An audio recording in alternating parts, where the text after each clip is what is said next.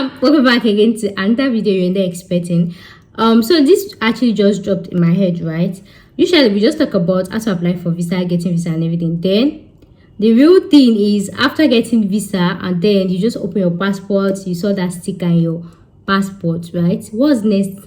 You know that when you just see that visa, the way your stomach will be sitting that like you've made it in life.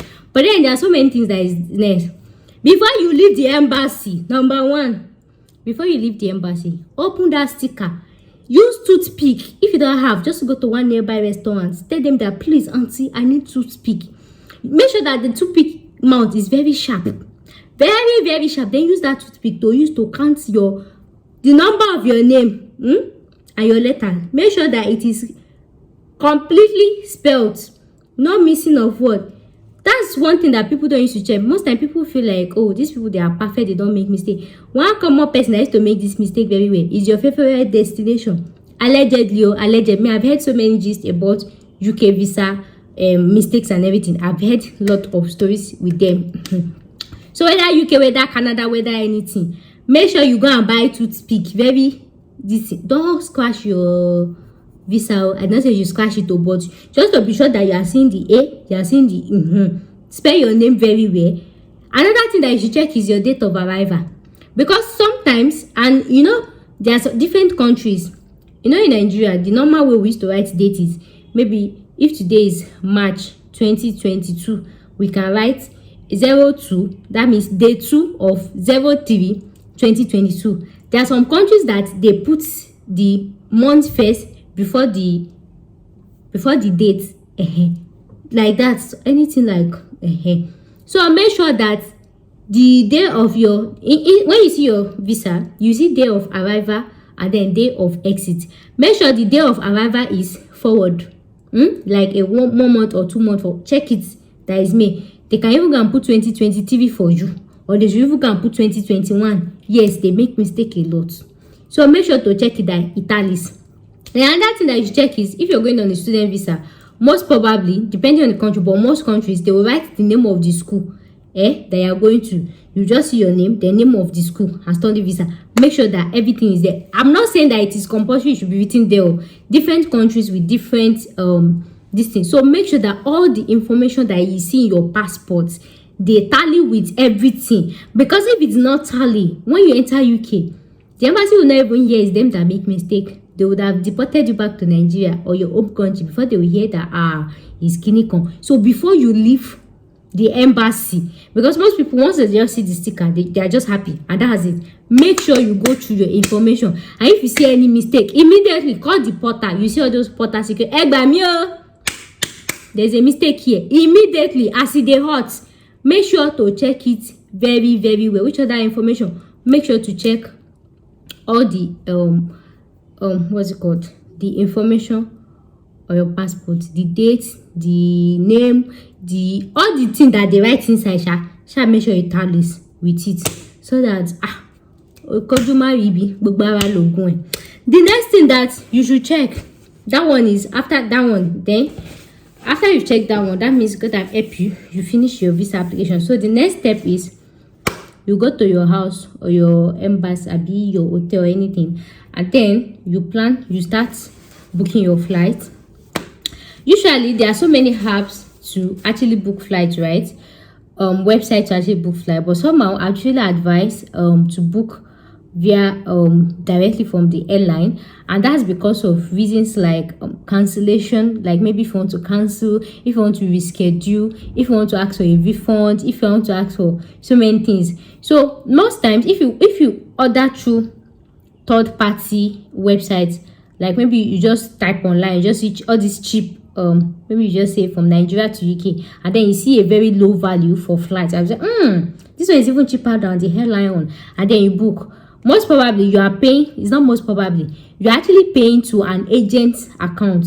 It doesn't have to be physical, but you're paying to an agent account. So that agent, they actually have like an account with the airline that you're booking through, right? So they will pay the money from their account. So how this agent actually make money is, for example, if I have an airline, an agent can actually come to me that they actually do travel and booking and everything. So I'll just give them like some code or some discount or anything. So even when I'm posting from Nigeria to UK is 200k. You can see it on my agent website as maybe 189,000 naira, about 190,000 naira, depending on this thing. And that's because them, they know what they are doing. Me, I know what I'm doing. Everybody's doing their business. So I'll be telling you shortly. So if you now book from that your agent 189,000 naira, and you feel like, oh, it's cheaper than me, and then you pay, when you get to the airport, that's when you know that. So there are so many things that can actually come with it. Number one is baggage allowance. If God help you, going if you see 46 kg, God have helped you. But if God did not like you, 30 kg, that means that all your gari, all your suya, all your anything, you drop it, you cannot go with it. So sometimes the baggage allowance might not align together. Sometimes what's it called, the extra this thing that you'll be charged for, because even if you see it expensive on my airline website, there are some things that they will use to this thing, right? And another thing is, probably when you saw it 200k on my own website, I'm actually be giving maybe adding 5 kg allowance for all travelers, or free meals, or free clinical. As if I put it, I don't know if you know, you've had the experience of you booked a flight, and then especially all this local flight, and then everybody was eating, and then you did not see food. Has it ever happened to you? And then you now ask the attendee, hey, auntie, where is my food? And she now tell you that the food is not part of your menu. Has it ever happened to you before? Me, it has happened to me. I remember in India, everybody was eating. This is how me I was looking. Since that time, I say, anything concern third party this thing. Same. This was how I was looking at the amount. They say food is not part of my own flight ticket. That me, I told them that I have allergy. Allergy kill you. They when that tell people I have allergy. Nigerian girl, they have allergy. Nigerians, they get allergy. And so I'm not sure for that flight too. I was just looking at people. Other people were eating. So sometimes maybe I don't know how they do. Maybe they will move your meal and say they will convert it to money or anything like that. So most times it's always advisable to actually book on the airline website, so that you have access to your baggage allowance. And if you know you'll be carrying extra luggage, right, you can actually book on the airline website. For example, you know, the normal baggage allowance is like 20 kg, 23 kg, or 23 kg, right? Yeah, or 30 kg. So if you can, there's this balance, yeah, that you can use to carry your bag to actually weigh it. So that way you can actually buy your extra baggage allowance online, and it's always very, very cheaper, extremely cheaper, and you get discount. So another advantage of actually booking directly on the airline is because of most airlines, once you fly with them, like maybe when you go for example, if you travel to any airline from Nigeria to UK, that first road trip, they can actually give you all this, what's it called, sky reward. I know Emirates does it very well. They will do give you sky reward. So if you frequent with them maybe in the next 2 or 3 years, everything will accumulate, and in that view you will be eligible to so many discounts. Maybe when you want to book your next flight, you get a drastic reduction in it, yeah. And you have, sometimes you can actually even convert it to maybe someone like monetary value or anything, depending on this thing. Sometimes you can just use that sky reward to actually upgrade your seat. For example, if you are premium economy, maybe when you want to book flights next, if you are premium economy, right, and then you have like maybe 1,000 sky reward, they can say, okay, just add 2,000 naira to enter premium, to enter economy, or to enter business class. But business class means you've accumulated a lot of sky reward. I know that Emirates used to do it very well. Emirates, when they call it sky reward, I don't know what other airlines they call it. So it could be sky reward, it could be, this is just like a discount card. So the thing will be reading for you that the more you fly with them, the more it increases. But then when you actually book with your agent or third party website, the sky reward or whatever benefit actually goes to them, right? Goes to them. And then another reason why you should actually book directly from the website is sometimes when you cancel your flight, or when you reschedule, or when you want to fly with another airline thing, when they actually process your refund, it goes directly to the third party and not you. It doesn't come to your account. That's when you'll be calling your agent, uncle, this airline said they refunded my money. Where is my money? The uncle will say they've not refunded him more. He did not see anything. Maybe it's network. But when you call the airline, they say, no, it's the person that paid to us. Because when you book from third party, the money goes to the agent's account, right? It's not the agent that will not pay the airline. So when they want to refund, the airline does not have any business with you. It will like auto refund the person that paid to them then the agent is supposed to inform. That's why you be calling them. Then another reason why you should actually book directly on the airline website is, in Nigeria now, our normal time duration. Just imagine if you traveled, you want to go to UK, right? And then you use Qatar Airways to travel to UK. Even when they tell you time schedule, it's not only in Nigeria that they change flight or anything.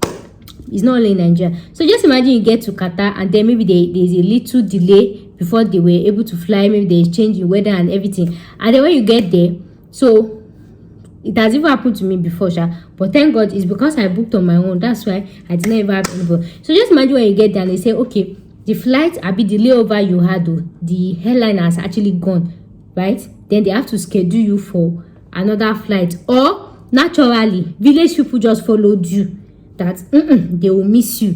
They just followed you and then you missed your flight. And this one is whether you're a frequent flyer, whether you're not frequent flyer. Most times frequent flyers, even if you go to all these very big airports, the way they used to talk, make sure you start again. You see, you might just be staying since they never board. Only for you to say, let me enter bedroom, just go and urinate and come back. Before you come back, they'll tell you that the aeroplane have fly. And see, I just went to urinate now to come back. You're telling me flight have go where? That thing is like magic. Very magic. If this thing have happened to you before, leave it in the comments. This thing is like magic, yo. So those times when I feel say that maybe it's 1 hour to board, 2 hours to board. Well, I don't even know where that urine is coming from. But I'll stay there. Ooh, come and miss flight. Just for you to say, let you go. Sometimes, especially if you're a first time traveler, right? And then you're seeing all these beautiful airports, you're saying, you might just say, let me just walk around small. Just go like this, government. Before you come back, they'll tell you, sorry, madam, your flight has gone. And another funny thing is, you can even sit down in your gate, maybe you're pressing for anything. And people will be boarding your airline. You will not know. You will see like, then when they now go, when are we boarding? But they just finished boarding. I'm sitting here. See, village people, they used to come in different size, shape, and form. They used to come anyhow. You'll be there or not. Some people, it's not as if you even stood up to go and you were there. And they were boarding in your presence. And you know that boarding gate, they used to have gates, A gates, B gates, Kinikon. So you feel like other people are boarding Kini. Share is your people, Londo. That's how they will just leave you. So in that view, when you now miss your flight, what do? You go to the airline counter that you're actually traveling with. Then you tell them you actually missed your flight, and everything was that's one thing that used to make them happy. So they will actually help you to check the nearest flights that will be taken off. So they can say, okay, maybe you missed your 3 p.m. flight. They can tell you, okay, they have one that will be flying by 4 p.m. or 5 p.m. But then you have to add like maybe $100 to reschedule, $50 and everything. And Kinikon. And in that view, they will ask you for things like booking reference, Kinikon, all those their number thing. So when they now tell you to provide those reference and everything, how do you provide it? So just imagine you are in Qatar. I don't know if Nigeria and Qatar share the same time, but let's just imagine Qatar and Nigeria does not share the same time. So let's say you are in Qatar and then you are to fly by midnight, and then your agent is in Nigeria. The website that you booked this thing, the customer care in Nigeria. How will you call somebody that in midnight that he should send you reference code? Even the reference code guy is in his office. How will you call the person? And home, or maybe he's even on top of his wife or this thing, or even went to night vigil. How? The person would have been sleeping. So in that way, you see that God have helped you. That's how you just sleep in the airport, or better still, you just go and book another flight, because there is nothing the airline can do without the actual number. Because if you can't provide the numbers that they ask for you, or those valid code that they ask from you, it's just more as if it's just more or less somebody just coming and just saying, I want to change this flight. So there's a unique code you have to provide and all of that, right? So that's another reason why you should actually book your flight directly from the airline. Because of time difference, you might not be able to actually reach your agent when you miss your flight. And the thing is, nobody is so perfect. Sometimes, that, like I've explained to you, it doesn't have to be maybe you went to urinate or you do not hear. Sometimes village people just want to show themselves, say they will village people. Sometimes you even sit there in front of the gates like this. You and the air hostess, I be those people that used to wear uniform in front of that gate where you will board. You'll be there and you'll be looking at her, and they will board in your presence and you don't know. Sometimes, yeah, it happens. You will not know. I know that when they under their what's it called? This one, you cannot hear. I don't prepare for boarding. I don't prepare for boarding. You should be prepare for boarding. And you still have time now. And sometimes they might actually even board early. They can tell you they'll board 30 minutes to the flight. Sometimes they'll board to 1 hour to the time and everything. They will not tell you, they've closed the clinic. Where will you start from? So most times it's always better to actually book directly from the airline. So I hope with this viewpoint of mine, I've been able to convince you that it's better to actually book directly from the airline website. Even if it is expensive, it is better because you have access to change whatever you like, change your date, reschedule your date, cancellation, baggage allowance, anything. So it is always mostly better to book from their website, right? So the next thing that you should check after you booked your flight is to accommodation wherever you're going. If you've already booked accommodation for school, then that is fine. Then, or if you've not booked, then you can check. There are so many websites where you can check for accommodation. I'm making separate videos on that. So make sure you book your accommodation for at least 1 week or 2 weeks till you arrive, so that it will enable you to actually search for a place you can stay. And even if you booked your accommodation, maybe like an hotel, right, you can still be looking for apartments that you rent. There are so many websites you can check depending on the country you're going to. Depending on, you can start looking for house, so that immediately you come, you start viewing the houses, checking the houses if it's what you want, so that you not spend too much time in the hotel. So it's always better to start doing preview of the houses you want, so that when you land, maybe like the next day, you call the agent, you pick you up, you start checking for your apartment. The other thing that you should prepare is your airport pickup. I'm sure you don't want to get stranded. Yeah, so the person that is coming to pick you, or the taxi that you see those airport taxi, those ones, they want to build house inside the atmosphere. Their money, when they charge you like this, hey. So either you have a friend that is coming to pick you, or your teacher is coming to pick you, or if you're going on a work visa, your employee might be coming to pick you. And if you don't know anybody, you might actually beg your employee to please, if they can help, if they can recommend anyone or a taxi or anything that you actually knew to come and pick you, that you actually pay for it. So it's always better for somebody to come and pick you, because there are so many airports that they used to do pickpockets. They can steal your load, carry you and your everything. So it's always better to prepare for your airport picker. And I would advise you actually get somebody, maybe the person that is already in that city, or somebody that they can actually recommend to you. As a newbie, don't just get there and see airport picker and that's it. If they carry you go Nino. It's not there in Nigeria that they used to do kidnapping. I say let me yarn you that one. So another thing that you should check again is you go for your grocery shopping. We have some people that they don't pack food too. They don't pack food outside the country because they have money. But then if you know you're my team member, who will say you be team Gary, team Suya, Kilishi. Not all countries actually allow you to pack Kilishi, but then there's a way you can pack it. You got me. I'm making a separate video on that. So you pack all your favorite food, and of course when you're packing, you pack more food, not clothes, because clothes is cheap there. I'm making a separate video on how to get cheap clothes. So now we're talking about food. Because you cannot go there and go and be eating flour, leaf and all those things, or salad. Why? Do you have diabetes? No. Please make sure you pack enough, Nigerian typical food that will last you for. And don't forget, just pack food. So that one is your grocery shopping and packing your things. And then I made a video about things you should do 24 hours before you go to the airport. And aside, okay, I'll put in the link in my description box. Just click any country playlist. Just check my videos, scroll through my videos. You see things you should do. I mentioned some things you should do. Maintaining your bank account with your country, especially Nigerians. All these Nigerians are saying, when I go, I'll not come back again. I laugh. Don't close your account in Nigeria or your home country. Maintain your account. I used to tell you, I made that video. Just click any country playlist. Check the progressive video. You will see it. Things you should do these 20 things before you leave your country. So keeping your bank statement is one of it. Your SIM card, your ATM card. I mentioned list of things. So even if you are in your country, you are keeping my list. I used to tell you, the urge is always hey. Once you land, you're gonna say there is no place like home. So you still need your country 100%. So another thing that you should do immediately after your approval is to update your CV. You're getting you, like you're getting prepared for that reality, to actually face that reality. Say, yeah, Like, is this what you really want? Update your CV. If you're going on a study visa, try to like get jobs that you will get. Apply for jobs you're relevant. And another thing is, if you know your city and everything, you can actually start applying for jobs. And one common mistake people make, especially this UK masters, is 99.9% of the time all students are actually doing care job.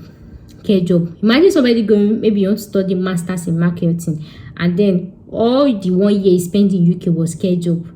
And then after your masters, you are thinking a company will come and hire you to be a marketer. What experience do you have? What? No sense. Nobody will hire you. So don't prepare your mind for care job. Sometimes you have to like try to get a job in your relevant field of study, so that when you finish and they're asking for experience, you will. So I know for now, most times part-time jobs, the one that pay real well is care job, and that's why people are going into it.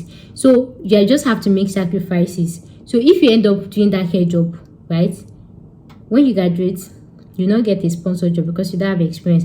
And then another mistake that people make is, for example, a marketer going for masters in marketing, and he or she had like maybe 2 or 3 continuous years of experience in marketing, and then you travel to UK, and in that 1 year for your master you are doing care job, and then after your graduation you apply for marketing jobs with visa sponsorship. My dear, you will not get it, because there's already like a long break in your experience. They rather take somebody that even have 1 year recent experience than you that had 3 years and then you had a long break in between. I hope you understand that.